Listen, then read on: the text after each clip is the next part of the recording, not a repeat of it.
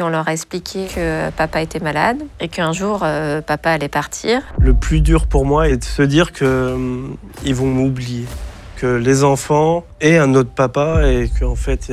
T'as l'impression que quelqu'un va prendre ta place?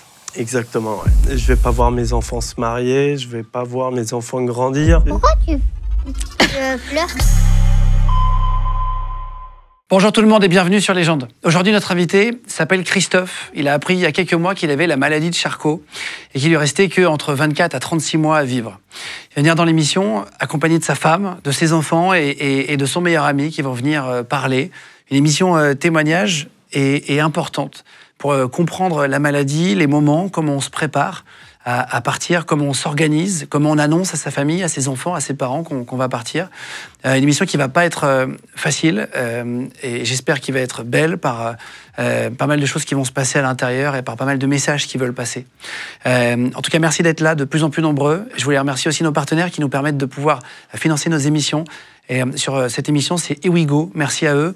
On a reçu Florent Barboteau, qui est le patron de Ewigo il y a quelques temps. Je vous rappelle juste que l'émission est sur la chaîne. Voilà, je vous mettrai le lien en cliquable dessous, dans la description YouTube et sur les podcasts audio dans la description aussi. Il a monté une boîte qui s'appelle Ewigo, E-W-I-G-O, et ils vendent des voitures d'occasion. Ils vous aident à vendre votre voiture d'occasion sans prendre de frais, un peu comme pourrait le faire une agence immobilière, où après, ils vont augmenter le prix pour la vendre. Ils vont vous aider à faire toutes les démarches. On va parler des voitures de président aussi, les plus incroyables, avec les options les plus exceptionnelles. Pourquoi, par exemple, aussi une voiture rouge va coûter plus cher en assurance? Vous allez apprendre plein de choses aussi dans cette émission-là. Et là, on y va avec cette émission sur Légende. Merci d'être là de plus en plus nombreux. On y va avec Christophe qui est atteint de la maladie de Charcot sur Légende. Salut, c'est Christophe. J'ai été diagnostiqué il y a 1 an atteint de la maladie de Charcot. Et aujourd'hui, j'ai envie de partager avec vous mon histoire, mon quotidien, et je le fais sur Légende. Eh ben voilà, bienvenue Christophe, je vais te reprendre le clap, merci beaucoup. Merci de venir jusqu'à nous. Je sais pas de quel coin tu viens, toi. Alors moi, je viens du Beaujolais, donc un petit village qui s'appelle Charentais, qui est à 30 minutes de Lyon. Du coup, je suis arrivé dans ce village suite à mon métier. Tu étais agent pénitentiaire? Exactement, surveillant pénitentiaire. En fait, j'ai grandi en Charente. Et je me suis expatrié pour rentrer dans l'administration pénitentiaire et travailler en tant que surveillant pénitentiaire. T'as fait combien de temps, agent pénitentiaire, surveillant pénitentiaire? Alors, je suis rentré, j'ai passé le concours en 2010. Je suis rentré en 2011, en juillet 2011. Donc, à l'école d'Agen, il y a une école en France. Une seule, il faut savoir, il y a une école en France qui se situe à Agen. Et j'ai été affecté à Villefranche-sur-Saône, au centre pénitentiaire de Villefranche-sur-Saône. Et du coup, c'est comme ça que je suis arrivé dans le Beaujolais. Tu es venu avec ta femme et tes 2 enfants. Il y a ton meilleur ami qui parlera tout à l'heure, ta femme aussi, et peut-être même tes enfants s'ils veulent venir faire un coucou à la fin. Oui. C'est ton moment. On a reçu un mail de ton meilleur ami il y a quelques mois maintenant, enfin quelques semaines, mois, le temps de bien te caler sur un planning et que tu puisses venir, etc. Pour dire, mais il faut absolument que vous receviez mon meilleur ami. Voilà, il a été diagnostiqué avec la maladie de Charcot. Alors, j'explique juste et tu vas le faire mieux que moi après, mais en gros, on a noté c'est une maladie qui fait perdre en gros le contrôle des muscles, bras, jambes, puis muscles du diaphragme et la paroi thoracique, ce qui empêche les patients de pouvoir respirer sans assistance, c'est ce qui a marqué sur Internet. Tout à fait. Tu vas les détailler plus précisément après.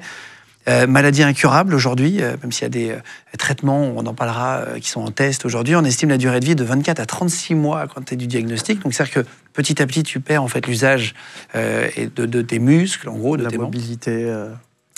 L'OMS a déclaré qu'il s'agissait de la maladie la plus cruelle au monde. Donc toi, tu avais 36 ans quand tu as été diagnostiqué. Tu as 2 enfants et une femme, je disais avant. Et tu as dit au téléphone, j'étais surveillant pénitentiaire, je vais finir prisonnier de mon propre corps. Donc c'est intéressant et je te remercie de venir expliquer parce qu'on entend ce nom de maladie de plus en plus à droite, à gauche. J'avais, si je dis pas de bêtises, reçu Ryan Bensetti, je crois qu'il a perdu son papa, je crois que c'était cette maladie-là. D'accord. On l'entend de plus en plus dans les médias et c'est intéressant que tu viennes nous expliquer ça. Donc tu as été diagnostiqué, c'était quoi les premiers symptômes? Comment tu as vu que tu avais quelque chose qui n'allait pas? Alors au tout début, je commençais à avoir des crampes dans la main gauche. Donc en fait, les doigts qui se figeaient. Donc là, on peut voir ma main aujourd'hui est atrophiée, je ne peux plus bouger les doigts. Mais au début, c'était des crampes dans la main. Donc les mains se figeaient, les doigts se figeaient de temps en temps. rien vraiment d'alarmant. Donc au début, je ne me suis pas inquiété. Et je suis gaucher pour écrire. Et du coup, je commençais à avoir des difficultés pour tenir mon crayon, pour écrire, toujours avec des crampes au niveau des doigts. Et j'arrivais à écrire, mais au bout d'un moment, je fatiguais vite. Du coup, les doigts crampés, j'étais obligé de faire des pauses. Et au bout d'un moment, j'arrivais plus à écrire, en fait. Je faisais comme un enfant, des grosses lettres. Ça ressemblait à rien, j'arrivais pas à me relire. Et c'est comme ça que ça a commencé, en fait, à m'inquiéter. Donc, j'ai pris rendez-vous chez mon médecin généraliste. Je suis allé le voir, je lui ai expliqué mon problème. Et du coup, il m'a orienté vers un neurologue. Ce qu'il faut savoir, c'est que pour avoir un rendez-vous aujourd'hui, c'est 2-3 mois. Voilà, c'est très long. Il faut prendre son mal en patience. Mais quand j'ai eu ce premier rendez-vous dans le cabinet, le neurologue m'a posé des questions. On a refait un peu le cheminement de ce qui m'arrivait.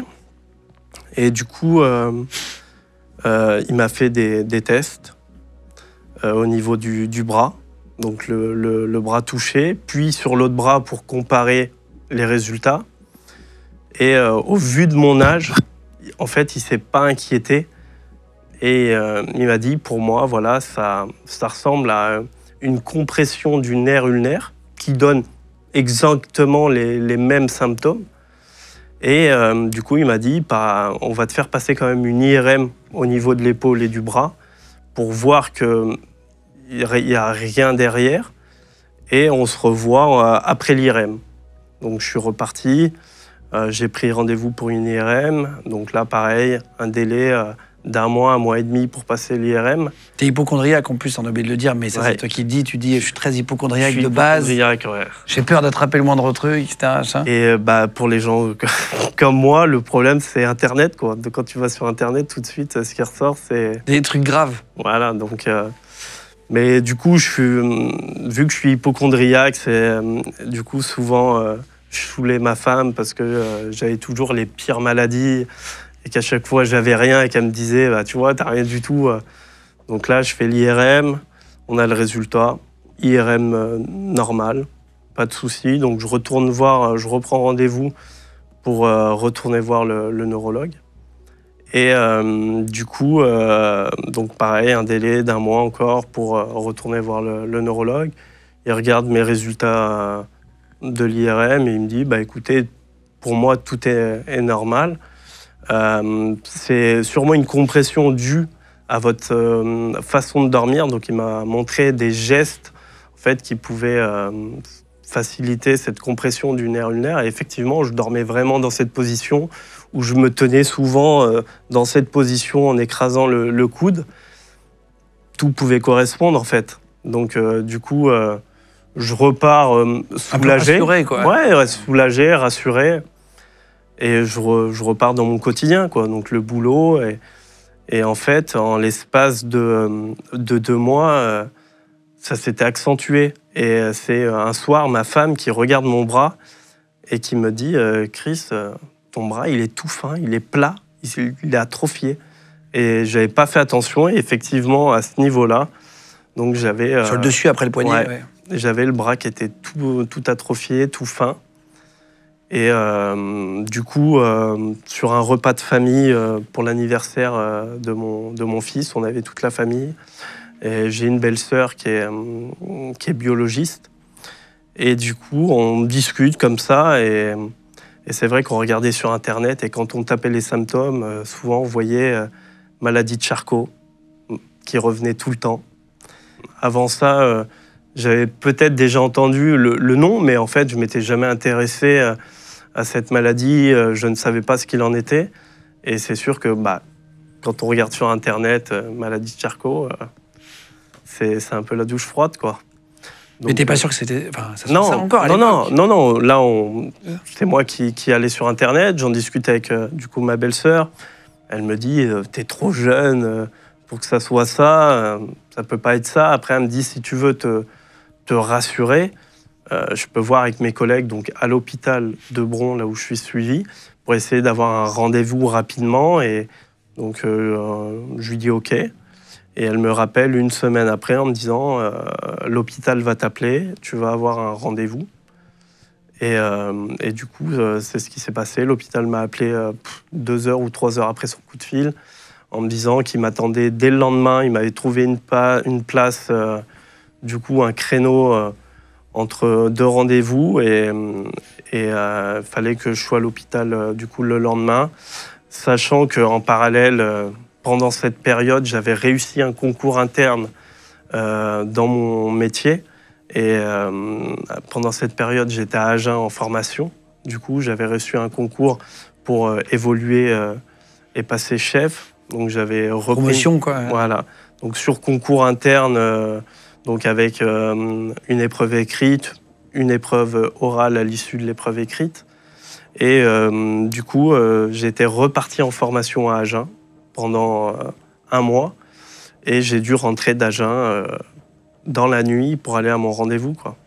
Et t'y vas, ils te font des tests, des nouveaux tests, des trucs plus précis. Alors, quand je suis rentré déjà dans le bureau, ce qui m'a frappé, c'est que je n'avais pas affaire à une personne, mais à 3 personnes. Donc déjà, on sent que c'est carré, c'est pro, plus gros, quoi. Ouais, on sent que c'est autre chose.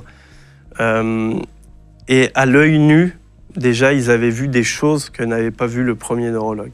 Déjà, sans me manipuler, sans faire de tests. Donc, du coup, ils m'ont fait les tests, un EMG. Donc, en fait, ils testent avec des aiguilles, ils vont piquer dans les muscles et ils testent les muscles. Donc, avec du courant. Et donc, ils me font l'EMG. Et derrière, les résultats n'étaient pas bons. Comme la première fois, quand il me l'a fait le premier neurologue, hein, ça montrait qu'il y avait quand même une différence entre les 2 bras, mais qui pouvait être due à une compression du nerf. Donc là, ils me refont les tests. Visuellement, ils avaient vu que j'avais des espèces de spasmes. Ça peut peut-être se voir au niveau des muscles, les muscles qui bougent tout seuls. Donc, ils avaient observé ça. À la fin des examens, ils sortent du bureau pour discuter entre eux. Sauf qu'ils n'avaient pas fait attention. Ma femme était assise juste à côté de la porte. Et en fait, elle les entend parler. Elle se met à pleurer parce qu'elle entend la maladie de Charcot. Et du coup, en fait, moi, je suis pas conscient de ça. Donc, je suis à l'intérieur. Ils sortent pour discuter. Moi, je suis tranquille. Et en fait, ils ont dit à ma femme qu'il fallait pas m'inquiéter. Donc, en fait, quand ils sont re-rentrés dans la pièce, ils étaient tous calmes. Ma femme s'assoit à côté de moi.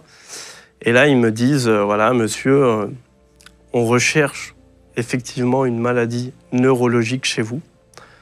Donc, pour pas que je me focalise, ils me disent, voilà, on ne sait pas si c'est la maladie de Charcot, on recherche une maladie neurologique. Et du coup, on va vous hospitaliser 3 jours pour vous faire des tests plus précis et pouvoir vous donner un diagnostic à l'issue. Ils veulent faire un truc plus poussé, quoi, encore. Et du coup, Tu pars 3 jours tout seul? Donc, on rentre à la maison. J'avais rendez-vous une semaine après. Donc, j'ai une semaine un peu pour me poser. Et du coup... Ta femme te parle de maladie de Charcot, des choses qu'elle a entendues dans le couloir ou pas? Quand on est partis de l'hôpital tous les deux, elle était en pleurs dans la voiture. Moi, j'essayais de la rassurer. Mais voilà, là, on sent qu'on rentre dans du concret et que ce qu'il y aura au bout ne sera pas facile à entendre. Donc, moi, j'étais focalisé sur la maladie de Charcot parce que c'est ce qui était ressorti sur Internet et c'est ce que je lisais. Mais du coup, on a toujours l'espoir de se dire c'est peut-être une autre maladie neurologique. Du coup, j'ai regardé un petit peu les autres maladies neurologiques en me disant, on en est à choisir en se disant ce serait peut-être mieux que j'ai ça ou que j'ai ça parce que je peux vivre avec ça. Enfin, on en arrive là. Et du coup, je reçois ma convoque pour aller à l'hôpital pour ces 3 jours. Et avant d'y aller, vu que je suis curieux quand même, je regarde le nom sur ma convocation en fait, du médecin qui sera responsable de mon dossier. Et je vais sur le site de l'hôpital et très clairement, je regarde sa spécialité. Et du coup, maladie de Charcot. Donc, je savais un peu. T'avais de moins en moins de doutes, quoi. Ouais, je savais pourquoi j'y allais, quoi. Ça a permis un peu de se préparer, même si on ne se prépare jamais à ce qui va se passer. Donc, je suis arrivé là-bas. Ce qui est important de dire, c'est que l'équipe a été formidable avec moi. Que ce soit les aides-soignantes, les infirmières, les docteurs. Hein. Tout le monde a été aux petits soins et top pour moi, pour me mettre dans des bonnes conditions, puis pour me rassurer. Donc on a fait les examens, donc il y a eu beaucoup de prises de sang. Hein. On m'a prélevé presque 40, 50 tubes. Du coup, on a fait analyse d'urine, test de souffle. Et, Tu faisais du sport, toi, ou pas? Ouais, j'étais sportif. J'adorais le sport en général, mais j'ai fait que du foot en club. Tu as perdu du poids, là, déjà, depuis avril, ou pas? Non, j'en ai pris. T'en as pris? Ouais, donc c'est bien pour la maladie. Bravo. Mais j'en ai pris parce que le fait d'arrêter l'activité sportive, je faisais 69, c'était mon poids de forme. Je suis monté à 76, 77. Mais je suis pas épais, oui. Mais du coup... Je parle pour si vous nous écoutez en podcast audio, t'es pas quelqu'un de rond, quoi. Non, j'ai toujours été fin. Ouais. J'ai toujours été fin. Je faisais beaucoup de sport. Mais l'arrêt net du sport et puis... Tu faisais quoi comme sport, pardon? Du foot. Du foot. Du foot en club. Après, j'ai toujours aimé tous les sports en général, quoi. J'aime bien regarder le basket, que ça soit NBA, que ça soit en France, l'Euroleague. J'adore le rugby. Tous les sports un peu collectifs, le hand, le volley. Donc, tous les 4 ans, je me régale quand il y a les JO, quoi. Donc tu vas passer ces 3 jours, là. Donc, La femme t'accompagne ou tu vas seul? Laura m'accompagne, et mes parents. Donc, et du coup, étaient venus exprès à la maison pour m'accompagner dans cette étape. Est-ce que tu veux qu'on fasse rentrer ta femme, d'ailleurs? Tu voulais qu'elle parle et qu'elle raconte un peu. Est-ce que tu veux qu'on la fasse rentrer maintenant? Comme ça, elle est à côté, et puis elle peut réagir aussi par rapport à ce que tu vas dire. Comment vous avez vécu ça? Ça peut être intéressant. Oui. Elle s'appelle Laura. C'est parti, on rajoute un siège. Ça y est, on a rajouté un siège avec Laura. Bienvenue, Laura. Bienvenue. Merci. Et chez elle. Il faut se souhaiter la bienvenue tout seul aussi. Ça fait du bien. Et chez elle. T'as bien raison. Écoute, merci d'être venu aussi chez Scano aujourd'hui. Juste, vous êtes mariés depuis 10 quand? ans. Depuis 10 ans. En 2015, oui, cette année, ça fera 10 ans. Attention. On parlait d'astrologie juste avant, qu'on a rajouté un siège, et je peux dire qu'ils ont des signes compatibles, mais ils m'ont dit que ça peut finir en scène de ménage, il ne faut pas aborder certains sujets. Est-ce que tu peux raconter, donc tu arrives ces 3 jours-là, puis tu vas intervenir au fur et à mesure. Laura, t'hésites pas, tu prends la parole quand tu veux, c'est le but vraiment. Pas de souci. On est à la maison, hein, vraiment ensemble. Donc tu vas passer ces 3 jours chez ce médecin qui est, tu dis, spécialiste de la maladie de Charcot. Donc l'équipe super sympa t'accueille très bien. Tu fais des tests donc de souffle, etc. Qu'est-ce qui se passe et comment il t'annonce? Alors, pendant le séjour des 3 jours, déjà, j'avais le droit aux visites. Donc mes parents venaient me voir tous les jours. Ils passaient voir comment j'allais, passaient un peu de temps avec moi. Et en fait, le jour du diagnostic, donc on était tous dans la chambre. Laura était venue avec ma belle-mère, mais il y avait mes parents. On était du coup tous les 5 dans la chambre. Et le neurologue, donc le docteur, il rentre. Et là, du coup, il nous donne le résultat de la ponction lombaire, parce que c'était quand même le plus important. Qui pouvait confirmer Qui pouvait confirmer. Et hein? Ça confirme rien. Non, mais en fait, il nous dit, voilà, la ponction est bonne. Ah. Mais du coup, c'est pas bon. C'est parce que tout est bon que c'est la maladie de Charcot. Ah oui, d'accord. Voilà. Comme c'est pas ça, en fait, il fonctionne par déduction. Ça aurait pu être un AVC, enfin plein de choses. On élimine tout, et du coup, vu que tout va bien, c'est que c'est la maladie. Ça se rétrécit sur ça, quoi. Et donc, il te l'annonce comme ça? Là, il nous fait un dessin un pour nous montrer le cerveau, avec le cerveau, le neuromoteur. Avec le neuromoteur. Et en fait, il nous explique que, du coup, ça va dégénérer et que, au final, les muscles vont cesser de fonctionner. Ils ne vont pas plus loin. En fait, on Mais- a dit le nom de la maladie, mais on va pas plus loin. On en est resté là, quoi.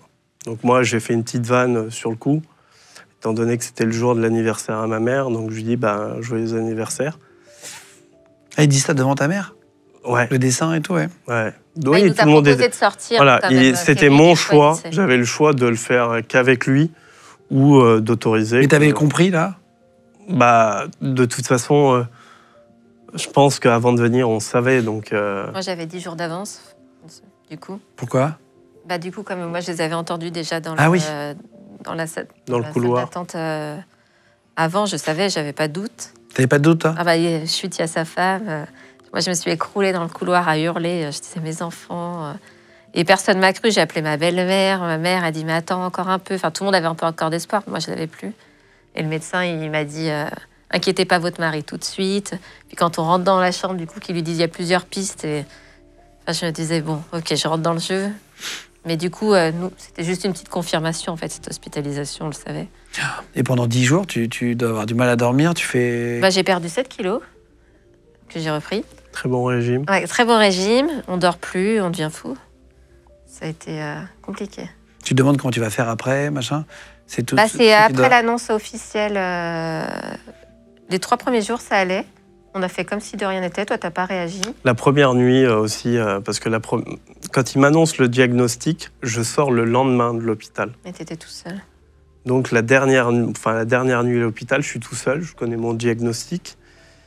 Et du coup, je suis là, j'envoie des messages vraiment aux proches pour leur dire, voilà, le diagnostic est là, j'ai telle maladie. Donc j'ai reçu beaucoup de messages de la famille, des amis vraiment proches qui m'ont fait du bien. Mais ce qui était étrange, c'est que pendant cette nuit, du coup, on passait dans ma chambre pour voir si j'allais bien, si tout allait bien. Comme si j'aurais pu mourir cette nuit-là, quoi. mettre fin à mes jours ou faire quelque chose. Alors que techniquement, ils expliquent pas. Enfin, Chris n'était pas encore conscient de ce qu'était la maladie tant que ça.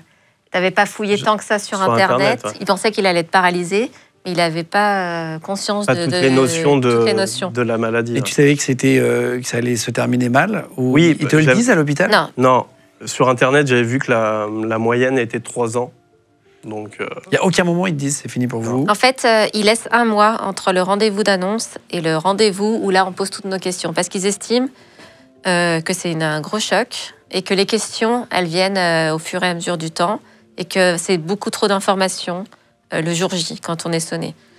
Et alors, c'est une position qui s'entend, mais moi, je pense que ça mérite peut-être plus d'explications et plus de...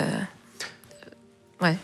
la dernière nuit, en fait, j'avais l'impression d'être au travail et en fait d'être dans la peau du détenu.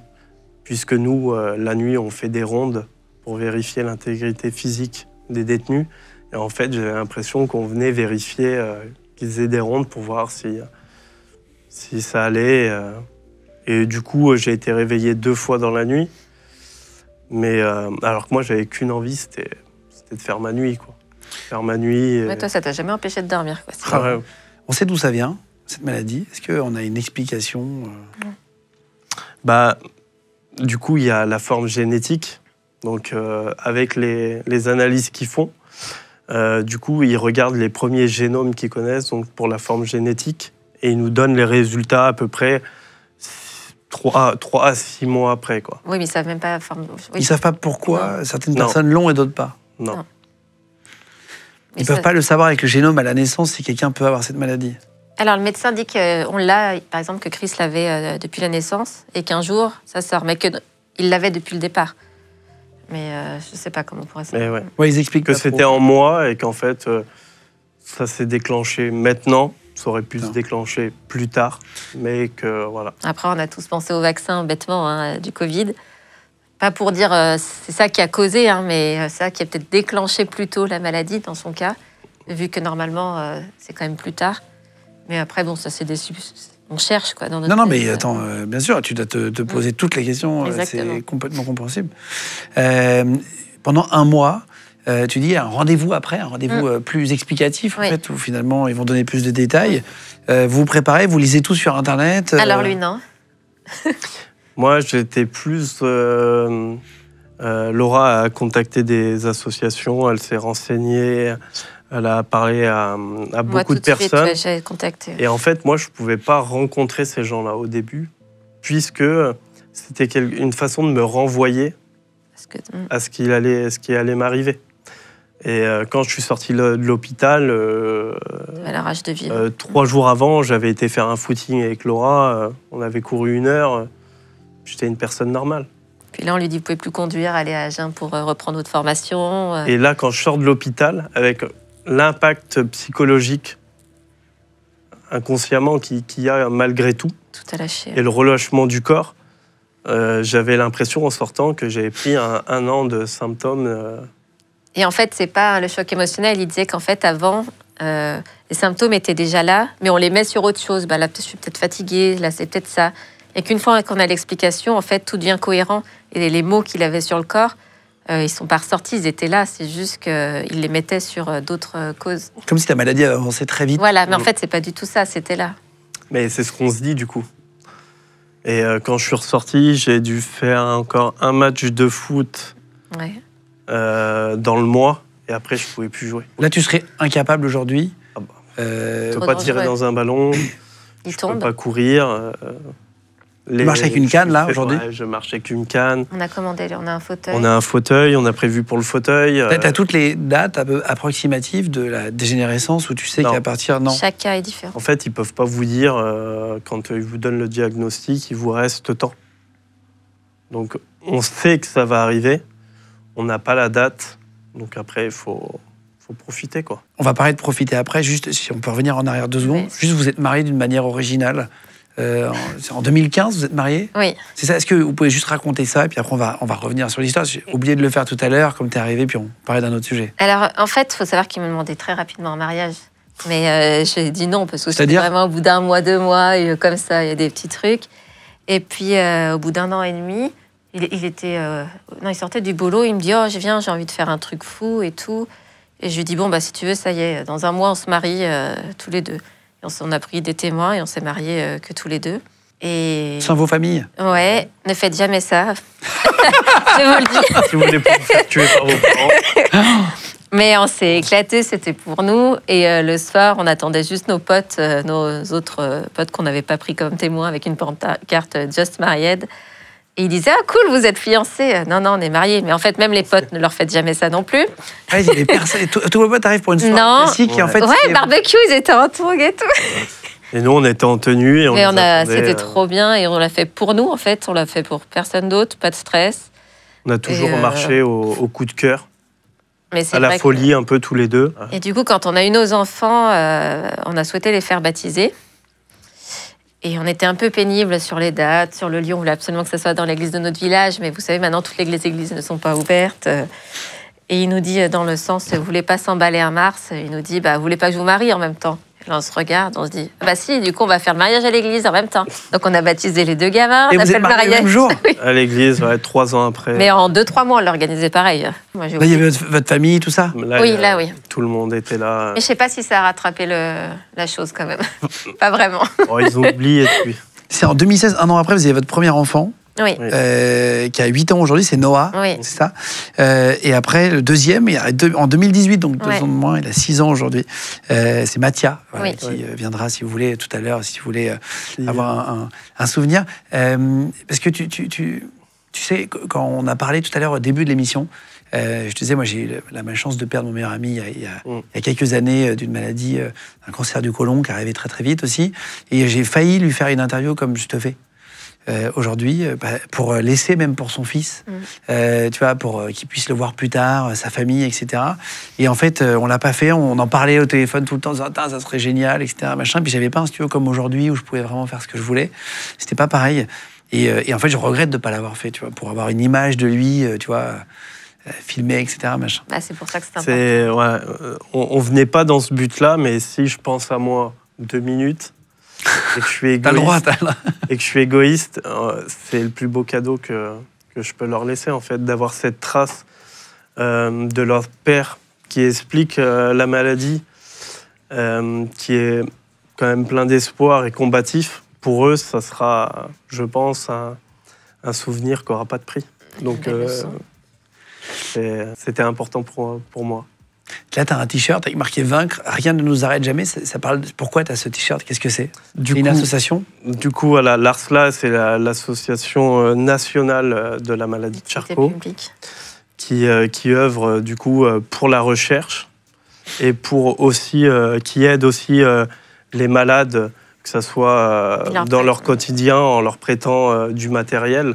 Des fauteuils roulants, ils mettent à disposition des fauteuils roulants, des tablettes pour parler, comme vous avez pu voir chez d'autres malades avec l'intelligence artificielle, pour mettre la voix. Il y a des psychologues à disposition aussi. Et puis, c'est des gens, enfin, on peut appeler n'importe quand, des ergothérapeutes qui sont vraiment à disposition. Qu'est-ce que c'est qu'un ergothérapeute? Par exemple, le domicile, il va le mettre... et à l'adapter? Il va nous orienter de façon à ce que ça soit adapté au handicap du malade. Pareil pour le fauteuil, qu'il soit bien adapté à lui. Non, mais c'est de la réadaptation en fait pour tout. Et surtout, l'ARSLA, c'est hyper important de le dire. Aujourd'hui, il n'y a pas de fonds publics sur la recherche pour la maladie de Charcot. Sans eux, il n'y a pas de recherche. Et c'est que les fonds privés qui financent la recherche. Et l'ARSLA, il s'occupe de faire tout ça. Donc, c'est important de les soutenir. C'est peut-être pas l'association la plus connue, mais ils ont vraiment une utilité et il faut les aider. Il faut aider tous ces malades. Et sans eux, on ne peut pas trouver un remède. Eh ben, je mets, si vous voulez aller voir dans la description sur la vidéo YouTube, je mettrai le lien pour que vous puissiez aller voir l'association. Et si vous nous écoutez en podcast audio sur Spotify, Deezer, Apple Podcast, pareil dans la description à chaque fois pour aller suivre ça. De faire des dons importants, surtout de donner. Même les plus petits dons sont importants pour qu'on puisse un jour vaincre cette maladie, que des familles ne soient pas brisées. Nous, notre but, c'est que les personnes vivent ce qu'on a vécu. Alors là, on le vit, mais le traumatisme, et d'ailleurs, c'est ce que le Ice Bucket Challenge, je ne sais pas si vous connaissez, le seau d'eau gelé, c'est ce que ça veut représenter. C'est le moment de l'annonce, mais c'est terrifiant. Moi, j'ai fait un choc traumatique, j'ai mis des mois à me relever, je suis sous antidépresseurs, anxiolytiques, psychologue. Enfin, je veux dire, c'est pas rien. Et moi, j'ai plus envie qu'on annonce ça. Enfin bon, il est jeune, mais même à des moins jeunes. Et aucune famille doit vivre ça. C'est pas possible. Et surtout, l'ARSLA porte des projets pour faire changer certaines lois. Donc, c'est hyper important aujourd'hui. Donc, Tu disais tout à l'heure que vous avez dû prévoir déjà un fauteuil, même si aujourd'hui, tu as une canne.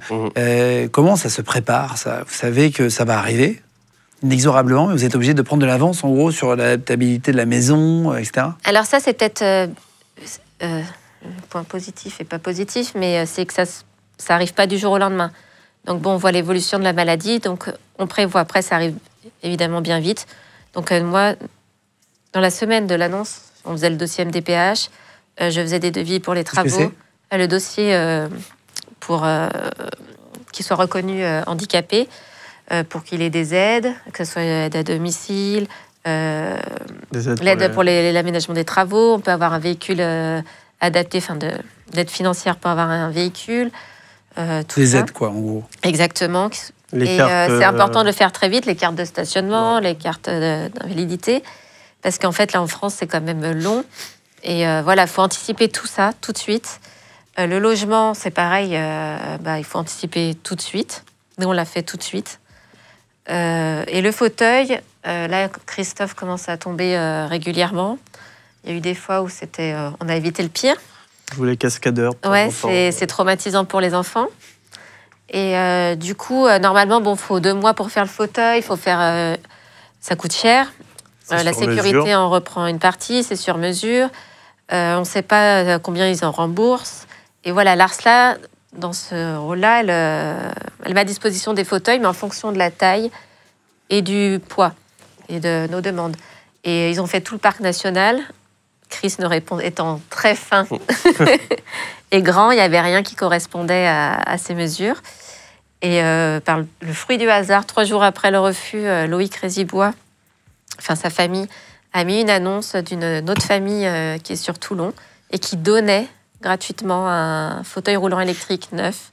Et il se trouve le monsieur avait les mêmes mesures que Chris. Donc on est descendu à Toulon chercher le fauteuil il y a 2 semaines. Une rencontre bouleversante. Je vais en pleurer. C'était vraiment touchant parce que c'est... En fait, on ne connaît pas les gens qui ont la maladie de Charcot ou leur famille, mais on est tellement peu nombreux et en même temps nombreux qu'on a l'impression qu'on se connaît depuis toujours. Et c'est des... On ressent la même chose et c'est bouleversant. C'est des gens qu'on n'oublie pas. Et du coup, elle nous a offert le fauteuil. Et donc, on a le fauteuil, on est prêt. Donc, Chris a bien réussi à le manier. On voit qu'il a bien géré la console. Parce que moi, qui n'ai jamais fait de la console, j'arrivais pas à le manœuvrer. Et lui, on a bien rigolé le premier soir. Et vous avez sympathisé avec eux? Oui, oui. Mais c'est naturel. Mais je trouve qu'entre tous les malades et toutes les familles, moi, ça a été une des démarches d'ailleurs tout de suite. Donc, on a su. J'ai tout de suite contacté des familles, des malades, parce que ça aide vraiment. Alors, c'est très dur parce qu'en fait, on se projette. Donc, on voit ce qui va nous arriver, on voit la souffrance, on voit le handicap. Mais ça fait... En fait, il n'y a qu'eux qui comprennent. On se comprend. Et du coup, c'est pour ça aussi qu'on a créé notre page Instagram. Maintenant, c'est nous qui aidons les nouveaux malades, hélas.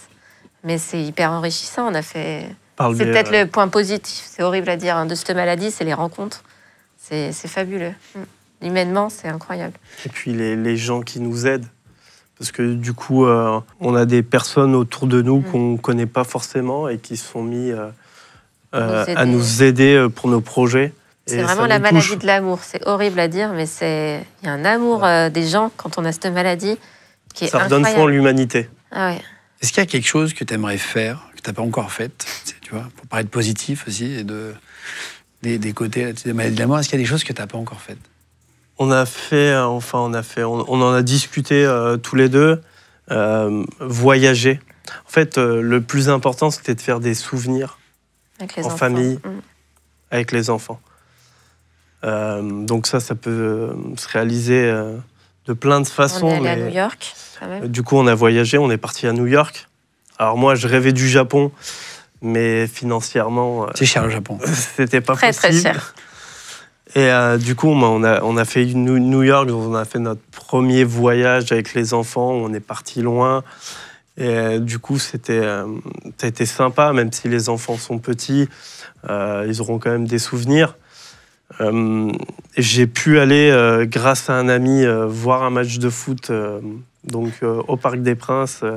Étant fan de Paris, du coup, j'ai un ami qui connaissait Bruno Ngotti, ancien joueur professionnel qui vit aujourd'hui à 5 km de chez nous. Et du coup, il lui a raconté mon histoire et il lui a demandé si, vu qu'il a toujours des fois des places, étant un ancien joueur du club, il lui a demandé si c'était possible d'avoir des places et d'aller voir un match. Donc il m'a fait la surprise, il lui en a parlé dans mon dos et du coup, quand ça a été bon, il m'a dit bah voilà, tel jour, je t'emmène, on va avec Bruno, on va au parc. On va voir donc Paris jouer contre Lyon en plus. Et du coup, on est parti au parc, on a eu accès aux loges VIP. Du coup, on a vu des anciens joueurs, on a fait pas mal de photos. C'était hyper sympa. Et j'ai croisé du coup le président du Paris Saint-Germain, donc Nasser. Et j'ai été au culot, je suis allé le voir, je lui ai dit est-ce qu'on pourrait faire une photo? Du coup, il a accepté tout de suite. Il est très cool, très sympa. J'ai été vraiment choqué. Surpris, franchement, accessible, ouais. Sans garde du corps à côté de lui. Enfin, il était là avec son assistante. Il me dit oh, oui, pas de souci. Donc, on fait une photo.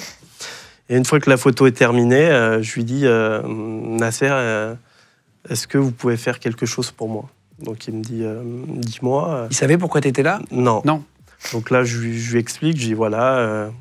J'ai été diagnostiqué il n'y a pas longtemps de la maladie de Charcot. Je sais que mon temps est limité et j'aimerais réaliser le rêve de mon fils qui est fan de foot. Et je voulais savoir si c'était possible de récupérer le maillot de Bradley Barcola dédicacé. Et là, tout de suite, il a été hyper classe, hyper sympa. Il m'a dit il n'y a pas de problème. Il m'a dit mon assistante va prendre tes coordonnées. Et du coup, on t'emmène le maillot dès qu'il est dédicacé. Tu restes là. Donc, son assistante a pris les coordonnées. Ouais. Elle me dit restez là. Dans 15 minutes, on revient. Et 15 minutes après, il repasse devant moi parce que Nasser partait. Et on attendait toujours le maillot. Et du coup, il me dit il était avec un de ses amis, et un de ses amis dit « Moi, j'en ai un dans la voiture que j'ai récupéré pour un papa qui est malade. » Et du coup, il me dit « Si tu veux, je te donne celui-là, si tu veux partir plus vite, et je récupérerai l'autre. » Donc du coup, Nasser me dit « Venez avec moi dans l'ascenseur, on va descendre. » Donc là, je me retrouve à prendre l'ascenseur avec Nasser, son ami, son assistante et mon ami. Et en fait, on descend au parking souterrain. Donc pendant le trajet, Nasser a été très classe. Il s'est renseigné sur mon histoire, sur cette maladie. Et, il m'a dit qu'il avait un de ses meilleurs amis qui était touché par la même maladie. Et du coup, il a été très sympa. Il m'a dit « T'inquiète pas, Dieu est grand, il va s'occuper de toi. » On est descendu, il est monté, donc lui, dans son van parce qu'il quittait le stade. Moi, je suis allé avec son ami à sa voiture, il m'a remis le maillot. Et quand on est reparti, donc, sa secrétaire elle nous a dit « Je vais vous raccompagner, attendez-moi là, je dis au revoir au président. » Elle lui a dit au revoir, on est reparti. Et quand on est remonté dans l'ascenseur, elle nous a dit « Nasser a été très touché par votre histoire. » Et du coup, il m'a dit de vous dire que au mois de janvier, on vous invitera avec toute votre famille pour vos enfants à venir au parc et à venir voir un match. Et tu l'as fait? Malheureusement, on n'a pas eu le coup de fil. Mais en tout cas, c'était classe de sa part. Donc les enfants, tous les jours, me disaient... Dès que le téléphone sonnait. Papa, c'est Nasser, il a appelé. Malheureusement... Si vous voulez taguer Nasser... Non mais c'est peut-être un oubli. Hein. Je pense qu'ils ont beaucoup de choses à faire. Il n'y a pas longtemps, justement, en plus, il a partagé des photos où il est allé rendre visite à Charles Bietri, qui est donc atteint de la SLA, pour lui remettre un maillot du PSG dédicacé par tous les joueurs. Donc, c'est envoyer des messages à Nasser et puis envoyez-lui sinon des extraits de l'émission en vidéo. Non mais c'est aussi à ça que ça sert. Si on peut servir, on l'embrasse d'ailleurs. Et si jamais il veut bien... J'ai été surpris en fait de l'accessibilité, de la gentillesse. On parle des enfants. Est-ce que vous leur avez expliqué la vérité ou est-ce que vous avez enjolivé? Comment vous avez fait? Alors, pour moi, les enfants sont des éponges. Ils voyaient bien déjà que Chris commençait à être en difficulté avec sa main. Ils savaient qu'on allait à l'hôpital. Déjà, on était effondrés en rentrant, pour ma part. Toi, tu étais un peu plus stoïque, mais donc ils sentaient. Donc on les a fait asseoir et puis on leur a expliqué calmement que papa était malade, que petit à petit il allait être en fauteuil roulant, mais que c'est pas grave, eux montraient sur leur vélo, que moi je pousserais papa dans le fauteuil, enfin on a essayé de... Voilà. Et qu'un jour papa allait partir et qu'on leur a expliqué que la vie serait plus courte, sûrement pour papa, mais qu'elle serait plus remplie, qu'il avait été aimé, enfin qu'il a aimé, pardon, excuse-moi. Et... Je suis encore là. Hein. Ouais. Mais qu'il y a des gens qui ont une très longue vie et qu'elle n'est pas aussi remplie, qu'elle n'est pas aussi riche, et que l'important, c'est l'amour qu'on a dans la vie. Et voilà, c'était très difficile. Le petit, il rigolait beaucoup, il essayait de nous faire rire, mais il était encore assez naïf. Moi, il me demandait tout le temps, mais mes câlins, ils vont guérir papa. Enfin, c'était donc, on pleurait. Et le grand, par contre, il y a eu beaucoup de colère. Et il pleurait énormément. Et il écrivait des lettres en disant « Mais papa va plus jouer au foot avec moi, donc en fait, il ne va plus m'aimer. » C'était « On va plus partager de choses. » Et voilà. On les a fait suivre tout de suite par des psychologues. Noah, aujourd'hui, dort très mal, se réveille beaucoup la nuit. Il fait des crises d'angoisse, il pleure beaucoup. Et le petit est très en colère. Il dit que la vie est cruelle, qu'elle n'est pas juste. Et voilà, ils voyaient bien que ça se détériore. À chaque fois que Chris tombe, c'est terrifiant pour eux. Ils se mettent à hurler, à pleurer parce que c'est... Mais après, on essaye de... Notre quotidien, finalement, est revenu à la normale. On essaye de rigoler. Ils ont une vie normale, en fait, finalement. Mais c'est difficile. C'est ça le plus dur, toi, quand tu sais que tu vas partir, de laisser les enfants Le plus dur, pour moi, parce qu'après, voilà, chaque personne est différente, chaque personne vit la maladie d'une façon différente, mais le plus dur pour moi était de me dire, bon, ok, moi, je vais partir. De toute façon, comme tout le monde, hein, sauf que moi, je connais à peu près ma date de péremption, mais du coup, c'est de me dire, voilà, Laura est jeune, elle va sûrement refaire sa vie et ce que je lui souhaite, c'est de se dire qu'ils vont m'oublier. Mais non. Et ça a été le plus dur. Que les enfants aient un autre papa et qu'en fait, Ils ont ils m'oublient. qu'un papa. Et ça a été vraiment le plus dur. Ça m'a rongé pendant un moment. Et par rapport à ça, j'avais quand même des phases De colère. mais ouais, c'était le plus dur. En fait, j'ai accepté mon sort, mais c'est l'après qui me... C'est ce que tu laisses, quoi. Ouais, c'est l'après qui m'angoisse, on va dire, le plus. Même si je veux le meilleur pour eux. Bien sûr. Et que j'espère qu'ils auront le meilleur, mais c'est égoïste aussi. C'est pour ça qu'il faut vivre des choses. On va être vivre, oublié. Voyager. Et c'est ça le plus dur. Ouais. Je pense que tu ne seras pas oublié, mais... Ah non. Mais oui, tu as l'impression que quelqu'un va prendre ta place. Exactement, ouais. Et c'est ça, je pense, pour moi, le plus dur. C'est... Après, oui, comme tout le monde, quand je m'endors le soir, je me pose des questions où je me dis, bah voilà, je vais pas voir mes enfants se marier, je vais pas voir mes enfants grandir. On ne sait pas ce qu'il y a après. Non. Et on se pose justement beaucoup de questions. Parce que maintenant qu'on y est quelque part, qu'on se dit, bah voilà, même si on espère toujours que peut-être demain, il y a un traitement qui sort et qui me guérit, on se pose la question, mais ouais, je me suis dit, ça peut pas s'arrêter comme ça. Qu'est-ce qu'il y a après ? C'est pas possible. C'est une question que tu dois te poser tous les jours.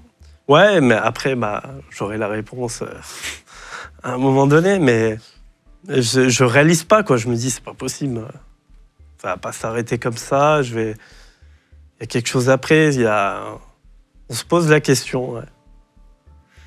Il y a quoi d'après toi là que tu te poses la question Je sais pas.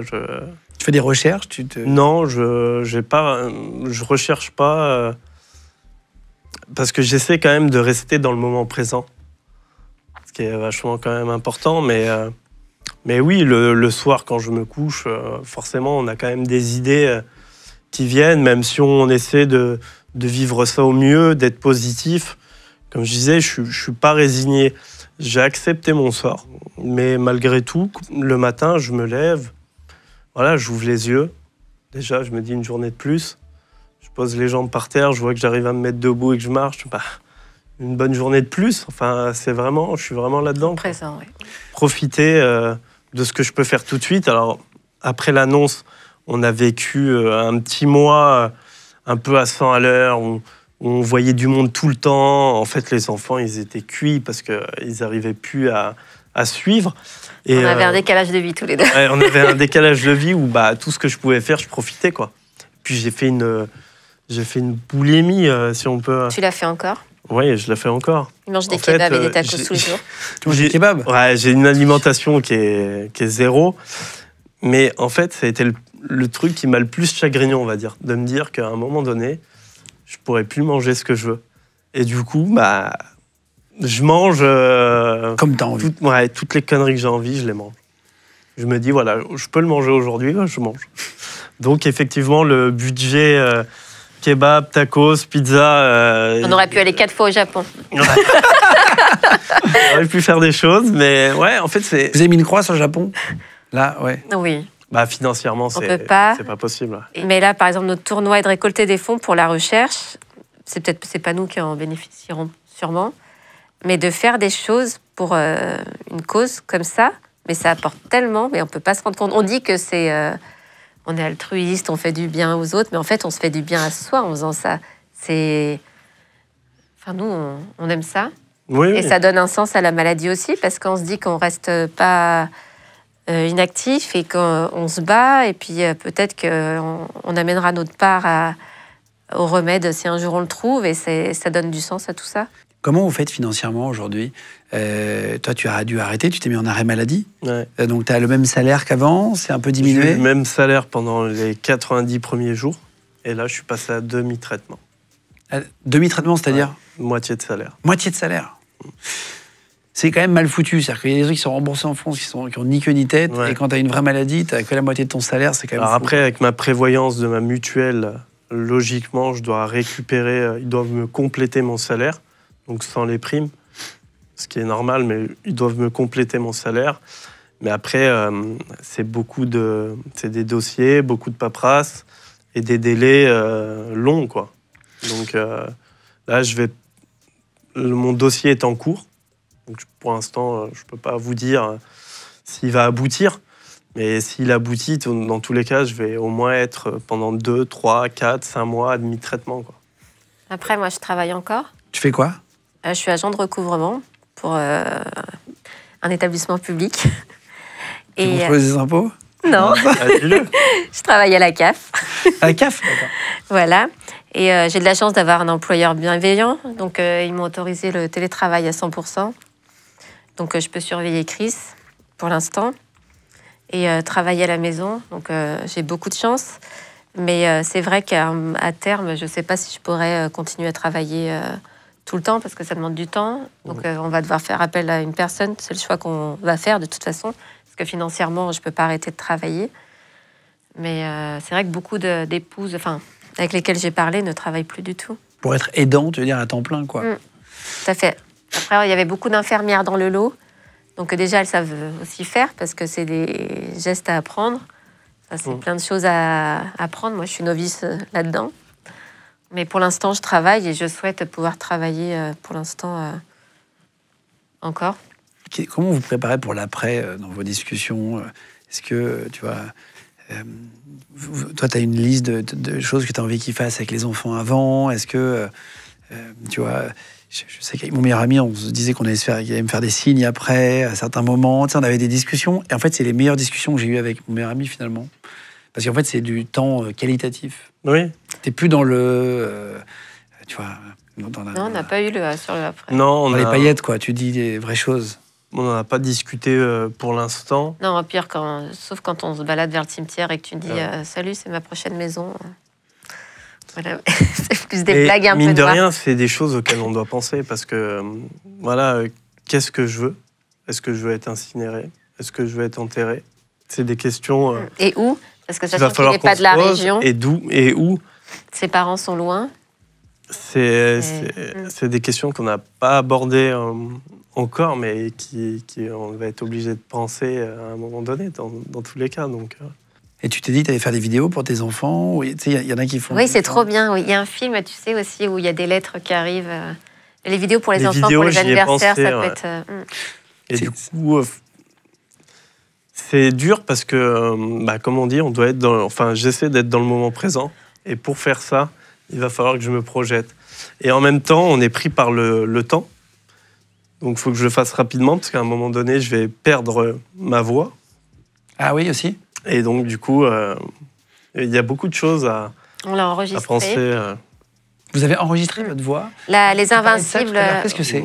En fait, il y a une licence. D'ailleurs, t'as pas le... Tout à l'heure, on a essayé. Ah, tu l'as pas? On voulait vous montrer avec sa voix. Quand j'ai contacté tout de suite, en fait, quand j'ai parlé aux malades, j'ai contacté Olivier Goua, qui est connu maintenant, pour défendre le combat contre la SLA. Et les Invincibles ont offert, ils avaient une centaine, je crois, de licences, justement, pour créer les voix. Donc, Chris l'a enregistré fin août. Donc, on répond à 450 questions, on lit des phrases, c'est très long, hein. Et maintenant, il a sa voix en intelligence artificielle. Donc, Ça marche bien ou pas? je tape des phrases et... Il y a son timbre, mais moi, ça me fait... Ça reste un peu robotisé, quoi. Mais on reconnaît quand même le timbre. On sait que c'est lui. Le timbre de la voix. Tu pourrais nous envoyer des phrases après ou pas? Oui. Ouais. Parce qu'en plus, on avait fait une phrase pour les gens dans la voiture. Alors, comme on n'a pas de Wi-Fi, qu'on capte pas sur le plateau, tu nous l'enverras après la phrase, mais avec vraiment la voix de Et ça a Christophe, été mais dur en- à faire pour toi. Hein. Parce que moi, J'ai le mis pauvre... du temps, ouais. En fait, moi, je me suis renseignée sur tout. Je connaissais déjà bien Charcot parce que je m'intéressais au débat sur la fin de vie. Donc, en fait, moi, dès la première semaine, il fallait que je fasse ça. Et je lui dis, bon, il y a les tablettes, il faut enregistrer ta voix. Et là, il me dit, mais comment ça, faut enregistrer ma voix? Il me dit, mais je vais plus pouvoir parler. Et je dis, putain. Et en fait, il n'avait pas compris, il n'avait pas regardé. Il y avait un décalage entre nous. Moi, j'en savais trop, lui, en savait pas assez. Et du coup, je lui plombais le moral, le pauvre, mais parce que je voulais absolument qu'il ait sa voix. Enfin, c'était, Moi, dans la tête, j'avais le principal, c'est-à-dire durée moyenne 3 ans. Et voilà, quoi. il sera en fauteuil roulant et il n'est pas allé plus loin. Et après, je m'étais... ce que je me suis dit au début. Donc ça a été long à faire, il fallait assimiler, c'est vrai que j'étais un peu pressée. Je vous mets la phrase maintenant en IA que vous entendez la voix de Christophe. Aujourd'hui, je suis chez Légende pour partager le quotidien d'une personne atteinte de la maladie de Charcot. Moi, je ne l'ai pas entendu sur le plateau, mais comme ça, vous pouvez le voir et vous me le ferez entendre après, mais on la rajoutera au montage, du coup, quand on captera. Merci, Laura. Tu reviendras à la fin. Tu reviendras avec les enfants. Tu voudras venir... Oui. Non, mais t'inquiète, on est déjà parti. Non, tu reviens à la fin. On va juste faire rentrer Jocelyn, son meilleur ami qui voulait juste parler 5 minutes. Et tu es d'accord de revenir après avec les enfants, juste pour se dire au revoir ici? Tu vas revenir juste après, on fait rentrer Jocelyn. C'est parti. Allez, ça y est, on a fait rentrer Jocelyn. Ça va, Jocelyn? Ça va, super. Merci de venir. Pas facile de parler. Non, pas facile. T'as regardé l'émission de l'extérieur? Ouais, ça rend super bien. De la régie? Ouais, top.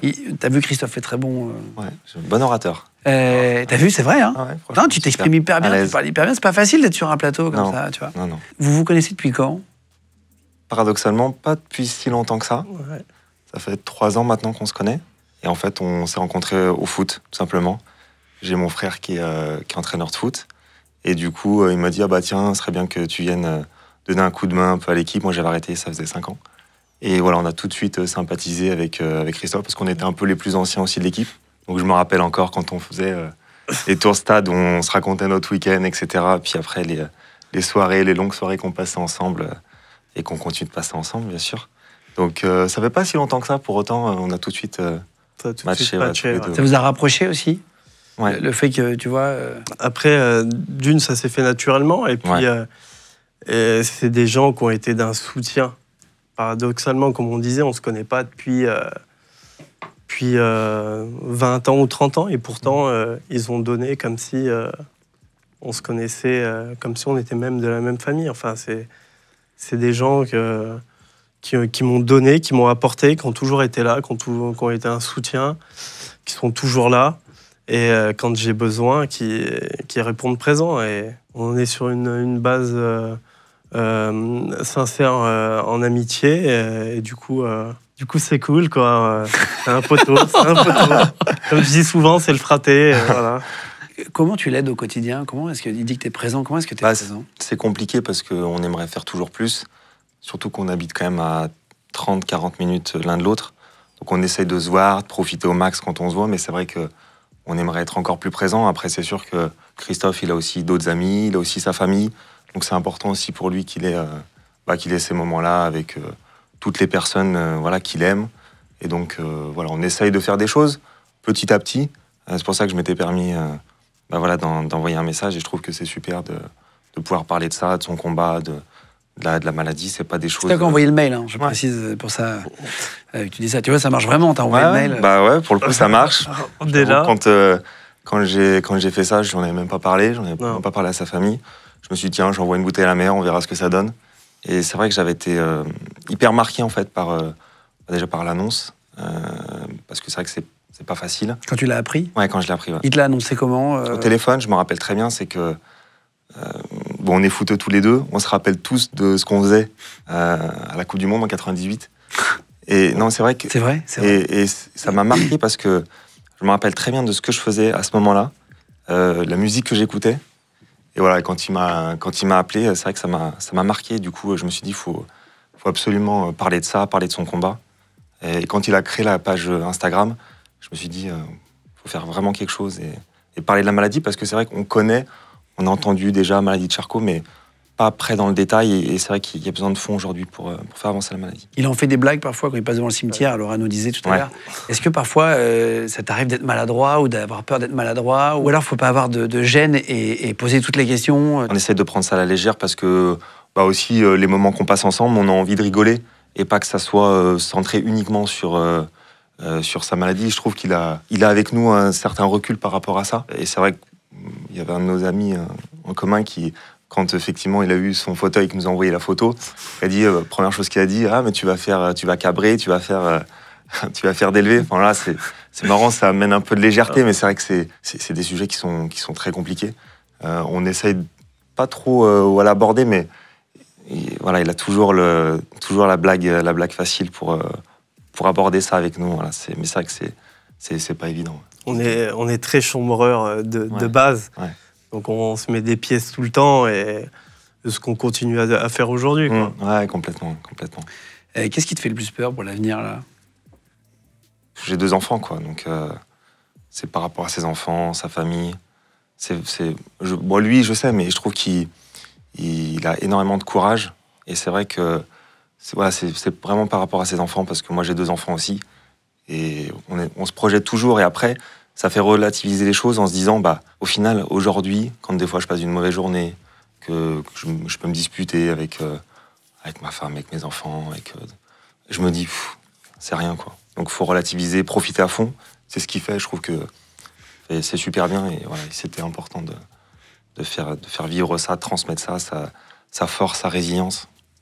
C'est une belle preuve d'amour pour ses enfants, pour sa femme, pour sa famille, quoi. Est-ce que t'as eu des potes qui se sont un peu éloignés, au contraire de Jocelyn? Non, j'ai eu une chance, parce que, malgré la maladie, c'est que en fait, j'ai eu du monde autour de moi. Donc, il y a Jocelyn, mais il y en a beaucoup d'autres. Donc, ça serait difficile de faire la liste. Mais des gens vraiment qui ont été là, du début comme lui, à l'annonce. J'ai un ami, Ludo, qui est, lui, atteint de la mucoviscidose, donc qui connaît la maladie. Et quand il a su que j'étais malade, tout de suite, il est venu vers moi. Il m'a dit « T'inquiète, confiance dans la recherche. » Il dit « Regarde, je devrais plus être là aujourd'hui, je suis toujours là. » Il m'a aidé, déjà psychologiquement, parce que quelque part, il a traversé un peu ce que je traverse. Il connaît il sait ce que c'est que la maladie. Et puis, il m'a tellement apporté aussi, après, quand on a fait nos travaux. Enfin, il y a tellement de monde qui nous ont aidés que ça a été le plus beau, quoi. Quand on dit vraiment c'est la maladie de l'amour, au final, on a eu vraiment énormément de monde autour de nous. Et ceux qui étaient là sont encore plus présents. Et il y en a qui n'étaient pas là et qui aujourd'hui sont présents aussi. On a eu vraiment beaucoup d'amour autour de nous et de compassion pour ce qu'on vit. Christophe, est-ce que tu as déjà demandé un service original à Jocelyn pour aujourd'hui ou pour après? Non, mais en fait, j'ai aucun doute sur la sincérité de Joss. Et en fait, je me dis que de lui dire de garder par exemple un œil sur ma famille, en fait, je sais qu'il le fera naturellement. Je ressens vraiment cette honnêteté et je ressens pas le besoin de lui dire je sais qu'il est là, je sais qu'il sera là après. Et quelque part, je suis serein, en fait. Voilà, il y a des gens comme ça. Il n'y a pas que Jocelyn, il y a d'autres personnes autour de moi. Et je sais que les gens seront là après et qui veilleront sur ma femme, sur mes enfants, et qui seront là s'ils ont besoin. Que ce soit la famille et les amis, c'est vrai que là-dessus, je suis assez serein. Après, je suis quand même quelqu'un de pudique et qui parle pas forcément de ses sentiments et de ce qu'il pense. Donc c'est vrai qu'on n'a jamais abordé ce sujet, mais étant donné que aussi mon état physique laisse paraître aujourd'hui que je suis, si je dis rien et qu'on me voit comme ça assis, je suis normal. Du coup, je suis pas encore dans ce moment-là, quoi. Je suis vraiment encore dans le moment où je me dis je peux faire plein de choses, je profite, on rigole. Je pense qu'il y aura vraiment un temps aussi où, quand je sais que ma voix commencera à faiblir, les derniers messages, je pense que ça sera le temps pour ces derniers messages, que ce soit pour mes enfants, pour ma femme, pour ma famille, pour mes amis. Et je pense qu'on pourra parler à ce moment-là de certaines choses. Mais je pense que pour l'instant, c'est pas le temps. Et malgré tout, je suis quand même assez serein et je sais que voilà, c'est des personnes qui ont des valeurs et je sais qu'ils seront là pour moi. Tu es encore pudique? Tu disais que tu étais pudique? Oui, il y a beaucoup de choses que je dis pas. Des belles choses, tu veux dire? Oui, de belles choses, mais... il faut dire les belles choses. Mon père est comme ça. Et là, avec le recul, quand mon père est exactement comme moi, il est très pudique. parle pas de ses sentiments et il dit jamais rien. Et de voir mon père, son attitude aujourd'hui avec moi, et ben au début, ça m'a beaucoup touché de le voir aujourd'hui avec des petits gestes d'attention qu'il faisait pas forcément avant. Et pourtant, il m'a toujours aimé, il l'a toujours pensé, mais son changement de comportement m'a touché. On n'en a pas parlé parce que, voilà, je pense qu'il n'y a pas besoin de mettre de mots là-dessus. Mais ouais, moi, je suis un peu comme lui. Je le vois aujourd'hui avec moi et c'est voilà, c'est touchant. Il n'y a pas longtemps, il m'a dit qu'il m'aimait, alors que je le sais, mais c'est des choses comme tu dis, qu'on se dit pas forcément et qui pourtant Faut le dire au max. Faut le dire au Et- max. Ouais. C'est vrai que de l'entendre venant de mon père, c'était bouleversant. Ouais. Après, j'ai une maman qui, elle, par contre, est l'opposé et qui nous montre et nous dit toujours l'amour qu'elle a pour nous. Ouais. Ah ouais.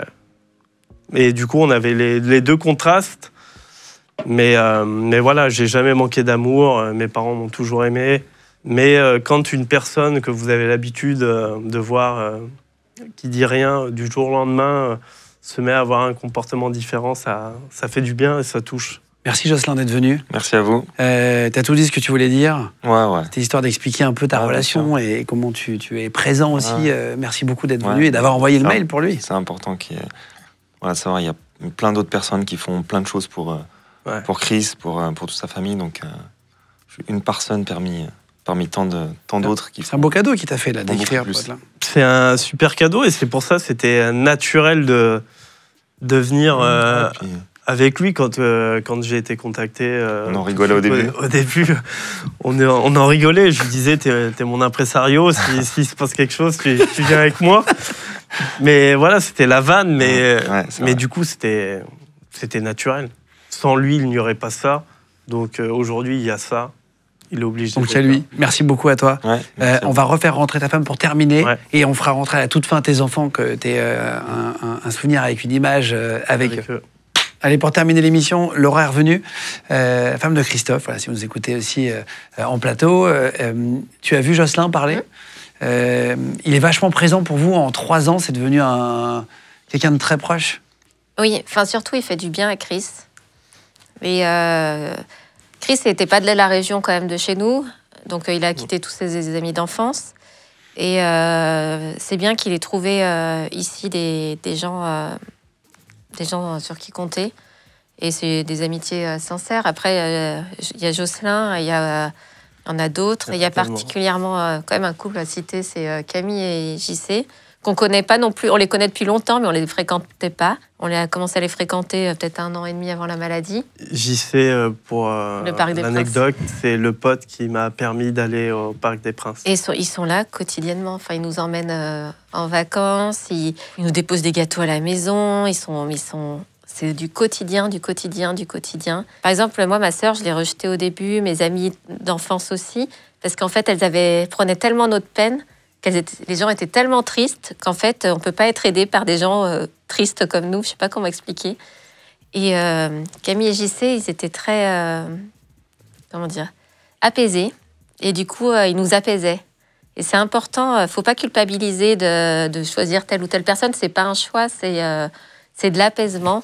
Et c'est des gens qui nous font du bien quotidiennement. Donc, il y a Jocelyn et il y en a plein d'autres. Tous nos amis sont formidables. Et sans compter notre famille qui est incroyable. Tu voulais parler de religion aussi avant de Oui. terminer. Alors, nous, on est chrétiens, mais pas pratiquants. Moi, j'ai eu peur quand on a eu la maladie, parce que je me suis dit, mais comment je vais faire pour être aidante? Comment je peux gérer le rôle de maman, être aidante, travailler? Je me suis dit, mais il faut donner total... Je vais me perdre, en fait. Il faut donner totalement de soi. Nos amis, justement, qui nous donnent totalement, sont très croyants. Donc, j'ai commencé à aller à l'église avec elle. Et effectivement, en fait, le christianisme, c'est la résilience. Ça veut dire, dans le drame, on trouve quand même de l'espoir. Donc, pour le malade, c'est hyper important. C'est aussi accepter, mais continuer à vivre. Et c'est aussi le don de soi. Le christianisme, c'est tout donner.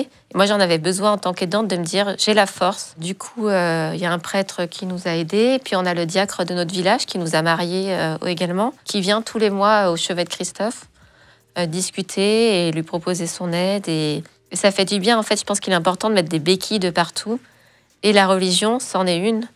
Qu'on y croit ou qu'on n'y croit pas, ça donne une force, ça donne un espoir, ça donne... on se sent quand même épaulé et c'est hyper important. Je pense que tout le monde doit trouver sa voie dans la résilience. Tu disais que tu avais peur de la mort, de mourir étouffé. Je crois que tu avais dit ça à l'équipe à un moment donné. Tout à fait. Est-ce que ça évolue au fil du temps? Je ne sais pas pourquoi, depuis que je suis tout petit, j'ai peur de mourir étouffé. Quelque part, c'est ce qui va m'arriver. Donc oui, ça a été c'est ma plus grande peur. Pourquoi, je ne sais pas. C'est comme ça depuis que je suis petit. Et de savoir aujourd'hui que c'est ce qui va m'arriver, bah, forcément, ça stresse un peu, on angoisse, mais comme je disais, pour l'instant, étant donné qu'on n'en est pas encore au stade où on va en arriver là, pour l'instant, j'essaie de pas trop y penser, mais étant donné que c'est une peur vraiment que j'ai depuis que je suis tout petit, c'est quand même présent. C'est-à-dire qu'il se sent étouffé des fois. Enfin, je veux dire, c'est que dès qu'il mange, ça arrive régulièrement. C'est une vraie peur, c'est pas juste un fantasme. C'est que ça lui... Il le vit. Il y a un débat, il y a plein de gens d'accord, pas d'accord, etc. Est-ce que tu as envie de vivre le plus longtemps possible avec même une assistance médicale, ou est-ce que tu auras envie d'en terminer un peu plus tôt? Tu sais, c'est des débats qu'il y a en ce moment et c'est intéressant de l'aborder, comme avec Anne Dauphine, une maman qu'on a reçue, qui voulait qu'on parle cash, quoi. Mes premières idées, et on peut le dire, hein, c'était de me dire, tant que je suis bien physiquement, ça va. Le jour où je me dégrade, en fait, je voulais pas me voir me dégrader. Et je lui parlais, en gros, de mettre fin à mes jours comme ça peut se faire ailleurs. Et aujourd'hui, avec un peu plus de recul, hein, les mois sont passés, je me dis que malgré le handicap, si voilà, on me disait on a trouvé quelque chose, ça va pas te rendre ce que tu as, mais au moins tu ne vas pas mourir, et que j'en suis à un stade où je suis paralysé et je peux pas parler. Si je peux vivre toute ma vie comme ça, je le fais. Parce que de pouvoir être là au quotidien avec ma femme et mes enfants et de pouvoir les voir grandir, ça a pas de prix. Donc si demain on me dit voilà, tu pourras plus bouger, tu pourras plus parler, mais tu vas pas mourir, tu vas vivre. Tant que tu souffres pas. Je signe tout de suite. Est-ce que tu as pensé à ton épitaphe ou à ton enterrement, à une musique, à un truc? Oui. Il y en a qui s'amusent parfois à trouver des trucs même drôles. On est en voiture, je veux celle-là. Ouais, des fois on écoute de la musique et c'est vrai qu'on pense à se dire putain, mais quelle musique je veux pour mon enterrement, pour l'église, pour l'entrée. J'ai assisté à des enterrements récemment. On se projette quand on rentre dans l'église pour un enterrement d'une autre personne. Voilà, malheureusement on se projette aussi. Hein, on est présent et puis à un moment on décroche et on pense, quoi. On se dit putain, peut-être que dans tant de mois ça sera moi. Moi, je me souviens que le premier mois, j'arrivais plus à entendre les cloches de l'église de notre village. Parce que je me projetais tellement et je me disais, je veux plus les entendre. C'était difficile d'entendre les cloches du village, de l'église. Je pensais qu'à ça. Maintenant, ça va mieux. Pour moi, c'est l'heure, mais c'est compliqué. On va faire rentrer les enfants dans 30 secondes. Juste avant, tu voulais parler d'un tournoi, Laura. Oui. Alors, on a décidé d'organiser un tournoi le 14 juin 2025 dans un village à côté de chez nous. C'est un tournoi entreprise, donc c'est 300 € par équipe. On fait une tombola en même temps, avec une buvette. Ça sera une fête, une grosse fête contre la SLA. Et on reverse tout à la SLA, c'est le... Oui, la maladie de Charcot. Oui, c'est le nom. Le terme scientifique, abrégé. Et on reverse tout entièrement à l'ARSLA pour la recherche. Et ça nous tient beaucoup à cœur. Le mois de juin, c'est le mois de la maladie de Charcot. Donc, il y a plein d'événements dans la France. Alors, n'hésitez pas à vous y rendre, même si c'est pour boire un coup, même si c'est pour donner peu importe, profiter, mais c'est des beaux événements, ça nous rend vivants. Même les grands groupes de distribution, s'ils veulent nous contacter pour nous faire don justement de boissons ou de victuailles pour la journée, parce que bien sûr, tout ce qu'on va pouvoir récolter en don, ça sera de l'argent gagné. Mais c'est fabuleux, on n'a pas eu pour à la faire recherche. de pub. Donc, on est plein tout de suite, c'est incroyable. moins on aura besoin de sortir d'argent pour acheter des boissons, des victuailles, plus d'argent on va dans la gagner caisse, quoi. pour la recherche. Donc voilà, si des gens veulent nous contacter pour nous faire des dons et nous aider dans l'organisation de ce tournoi. C'est vraiment notre petit bébé, là, vraiment ça nous tient à cœur. Ouais, c'est un objectif commun en Ouais. fait. Et je vais mettre dans la description si vous voulez aller faire un don, si vous voulez les aider. On le fait jamais ça normalement dans l'émission, mais si on peut aider aussi à ça, c'est chouette. Voilà, et si vous voulez aller suivre l'association, aider l'association, pareil. Et puis je mettrai, vous avez dit que vous avez un compte Instagram, Oui, c'est ça voilà.